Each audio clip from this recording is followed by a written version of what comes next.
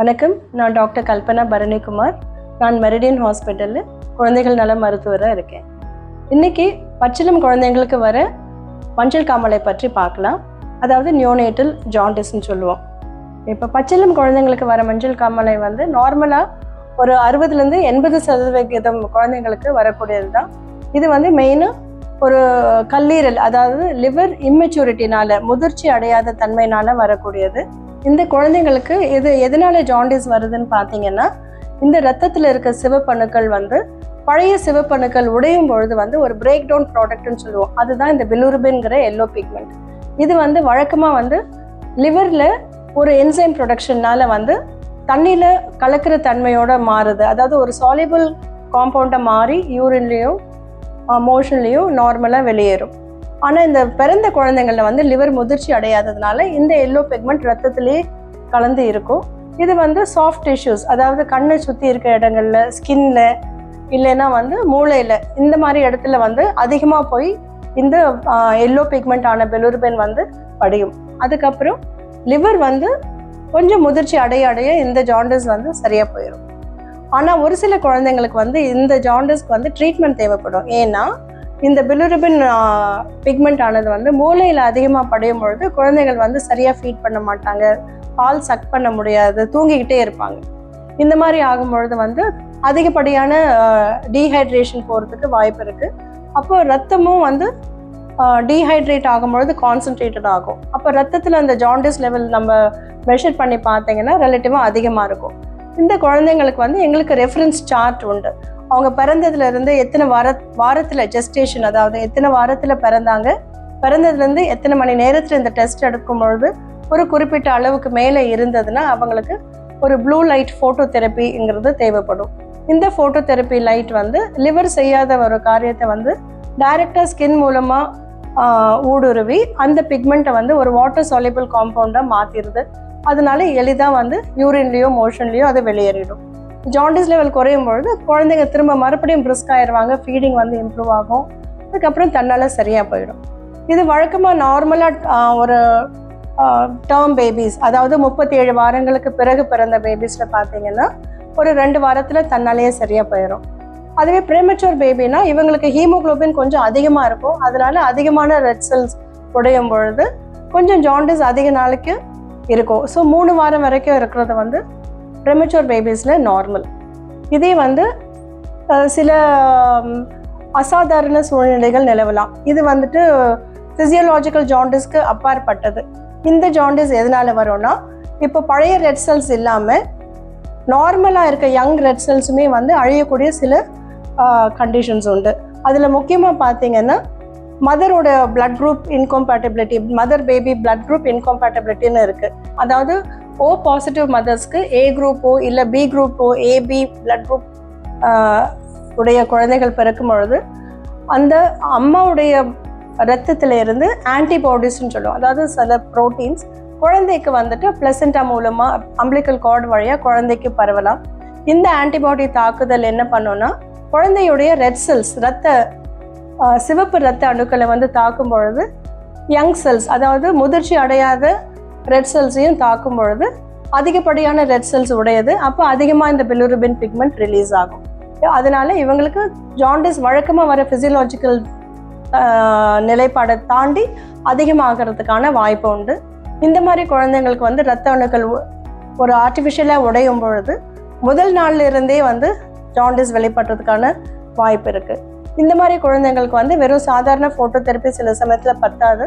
இவங்களுக்கு special treatments, அதாவது immunoglobulin injections, இல்லைன்னா டபுள் வால்யூம் எக்ஸ்சேஞ்ச் டிரான்ஸ்ஃபியூஷன் சொல்லுவோம். அதாவது ரத்தத்தை வாஷ் பண்ணுறது, அம்மாட்டேருந்து வர எக்ஸ்ட்ரா ஆன்டிபாடிஸ் போய் மேற்கொண்டு குழந்தையோட ரத்த அணுக்களை உடைக்காத படிக்கான பிளட்டை வாஷ் பண்ணி அந்த ஆன்டிபாடிஸை வெளியேற்றுறது ஒரு முறையாகும். இது நியூபோர்ன் இன்டென்சிவ் கேரில் வச்சு தான் பண்ணுவோம். ஆனால் இந்த நிலைக்கு இப்போ மாடர்ன் ட்ரீட்மெண்ட்டில் அவ்வளோவா தேவைப்படுறது கிடையாது.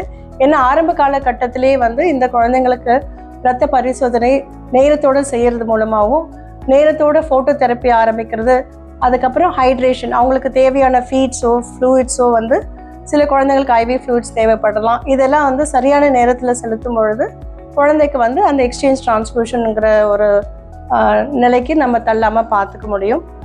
அடுத்து வந்து வேறு சில ஜெனட்டிக் கண்டிஷன்ஸும் இருக்குது. இப்போ அதாவது ரெட் செல்ஸ்லேயே வந்துட்டு அதோடைய என்சைம்ஸ்ன்னு சொல்லுவோம், இல்லைன்னா வந்து ஒரு அப்நார்மல் ஹீமோகுளோபினோட அந்த குழந்தை பிறக்குது. இது மரபணுவில் வர சில கோளாறுகளால் ஏற்படக்கூடிய கண்டிஷன்ஸ். இந்த கண்டிஷன்ஸ்லையுமே வந்துட்டு ரெட் செல்ஸ் வந்து அதிகமாக உடையலாம். அந்த மாதிரி உடையும் பொழுது வந்து நியூ பார்ன் பேபிஸ்க்கு வந்து ஜாண்டிஸ் அதிகமாக இருக்கிறதுக்கான வாய்ப்பு உண்டு. இந்த கண்டிஷன்ஸ் எல்லாம் கொஞ்சம் ரேர் தான். ஆனால் சாதாரண ட்ரீட்மெண்ட்டில் எளிதாக சரியாகாத குழந்தைங்களை வந்து இந்த எக்ஸ்ட்ரா டெஸ்ட் தேவைப்படலாம். இது தவிர்த்து இந்த நார்மல் ஜாண்டிஸ், இந்த அதாவது எக்ஸ்ட்ரா கண்டிஷன்ஸில் ஃபோட்டோதெரப்பி மூலமாக ட்ரீட் பண்ணக்கூடிய ஜாண்டிஸ் போக இன்னொன்று வந்து கான்ஜுகேட்டட் ஆர் டைரக்ட் ஜாண்டிஸ்ன்னு சொல்லுவோம். இந்த டைரக்ட் இல்லை கான்ஜுகேட்டட் ஜாண்டிஸுங்கிறது இன்ஃபெக்ஷன்ஸ் போக வந்து கல்லீரல்லே அதாவது லிவர்லேயே வந்து கோளாறுகள்னால வரலாம். இது வந்து அப்ஸ்ட்ரக்டிவ் ஜாண்டிஸ்ன்னு சொல்லுவோம். இது வந்து ஒரு மெடிக்கல் எமர்ஜென்சி ஆகும். இந்த மாதிரி குழந்தைகள் வந்துட்டு அதாவது வெளுத்த மாதிரி ஒரு ஸ்டூல்ஸ் போவாங்க, அதாவது சாக் கலரில் இல்லை வெள்ளை நிறத்தில் வந்துட்டு மோஷன் போவாங்க. அப்படின்னா வந்து அந்த பித்த நீர் வந்து சரியாக குடலை வந்து சேரலைன்னு அர்த்தம். ஸோ அந்த இடத்துல ஏதோ ஒரு அவங்களுடைய பிறக்கும் பொழுதே வந்து அந்த அமைப்பில் வந்து ஒரு அடைப்பு இருக்கலாம், இல்லை சரியாக வந்து வளராமல் இருக்கலாம். அந்த பித்தப்பையிலேருந்து வெளியில் வர அந்த குழாய்கள் சரியாக வளராமல் இருக்கலாம். இந்த மாதிரி இருந்ததுன்னா உடனே வந்து உங்களுடைய மருத்துவரை நீங்கள் அணுக வேண்டும். இப்போ இந்த நார்மல் ஜாண்டிஸ்ன்னு பார்த்தீங்கன்னா ஃபிசியலாஜிக்கல் ஜாண்டிஸ் வந்து எப்படி தவிர்க்கலாம்னா, முறையாக வந்து குழந்தைய வந்துட்டு பால் ஊட்டணும். நிறைய நேரம் மதரும் வந்துட்டு குழந்தையும் வந்து பிறந்ததுக்கு அப்புறம் டெலிவரி ஆனதுக்கப்புறம் அம்மாவும் தூங்கிக்கிட்டே இருப்பாங்க, இல்லை குழந்தைங்களும் நிறைய தூங்கிக்கிட்டே இருப்பாங்க.